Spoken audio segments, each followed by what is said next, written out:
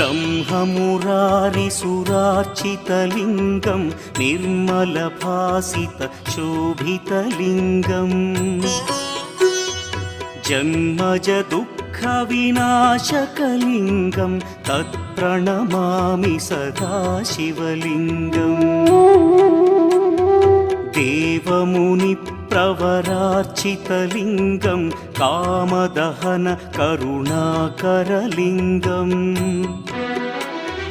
रावणदर्पविनाशकलिङ्गं तत्प्रणमामि सदा शिवलिङ्गम्